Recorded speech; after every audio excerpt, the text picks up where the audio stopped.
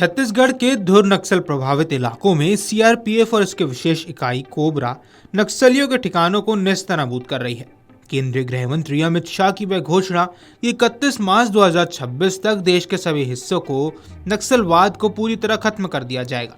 CRPF इसी दिशा में तेजी से आगे बढ़ रही है।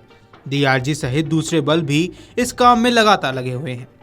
घने जंगलों में स्थित फॉरवर्ड ऑपरेटिंग बेस यानी एफओबी, जहां हर तरह की तकनीक नहीं पहुंच पाती है, वहां पर सीआरपीएफ ने अपने स्तर पर सुरक्षा की मैनुअल तकनीक विकसित की है।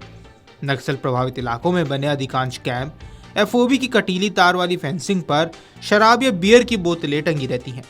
शुरू में देखने वाले को यह अटपटा सा लगता है, मगर ये एक प्रभावशाली मैनुअल अलार्मिंग सिस्टम है। जैसे ही कोई व्यक्ति या जानवर तारों को टच करता है तो ये कांच की बोतलें आपस में टकराने लगती है। इस आवाज को सुनकर एफओबी पर तैनात सुरक्षाकर्मी सतर्क हो जाते हैं और वो तुरंत फेंसिंग पर पहुंच जाते हैं। अमर उजाला.com ने इस सप्ताह छत्तीसगढ़ तेलंगाना बॉर्डर पर स्थित कैरुगुट्टा पहाड़ी, जहां से नक्सलियों को खदेड़ने के लिए सबसे बड़ा अभियान ब्लैक फॉरेस्ट शुरू किया गया था, वे निकट स्थित है, एफओबी गलगम का जायजा लिया। कैरुगुट्टा के आसपास सीआरपीएफ ने कई एफओबी स्थापित की है। यहीं से सभी तरह के सर्च एवं दूसरे ऑपरेशंस लॉन्च होते हैं।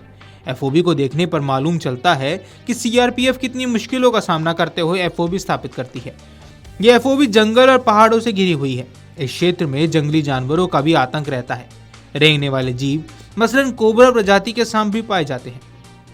एफओबी को सुरक्षित बनाने के लिए कई परतों वाला सिक्योरिटी सिस्टम भी तैयार किया गया है। कटीली तार और गहरी खाई सहित 3 लेयर वाली सुरक्षा रहती है। देखने में तो ये सामान्य सा लगता है कि एफओबी के बाहरी लेयर वाली फेंसिंग पर शराब और बियर की बोतलें टंगी रहती हैं। उन्हें ही कुछ दूरी पर लटकाया जाता है। खास बात यह है कि 2 से 3 बोतलों को एक साथ बांधा जाता है। इसके बाद कोई भी जानवर या व्यक्ति फेंसिंग पार करने का प्रयास करता है तो सभी बोतलें तेज आवाज में टकरा जाती हैं। इस आवाज को सुनकर सुरक्षाकर्मी सतर्क हो जाते हैं और वो फेंसिंग के उस हिस्से की तरफ मूव करते हैं जहां से आवाज आई है। सीआरपीएफ ने इसे मैनुअल अलार्मिंग सिस्टम का नाम दिया है। इस सिस्टम को तैयार करने का खर्च कुछ भी नहीं होता, जबकि इससे मदद बहुत मिल जाती है। कई बार ये सिस्टम टेस्ट भी हो चुका है। कुछ स्थानों पर लाइट की पर्याप्त व्यवस्था न होने के कारण ये सिस्टम बहुत मददगार साबित होता है। इसके अलावा सर्दियों में कोहरे या धुंध के दौरान फेंसिंग के आसपास क्लियर नहीं दिखाई देता, वहां पर भी ये बोतलों की तकनीक काफी कारगर साबित हुई है। सीआरपीएफ के दूसरे कैंपों पर भी इसी सिस्टम को लगाया गया है। देश के दूसरे केंद्रीय बल जैसे बीएसएफ और एसएसबी में भी ये मैनुअल अलार्मिंग सिस्टम इस्तेमाल किया जाता है। वीडियो डेस्क अमर उजाला.com।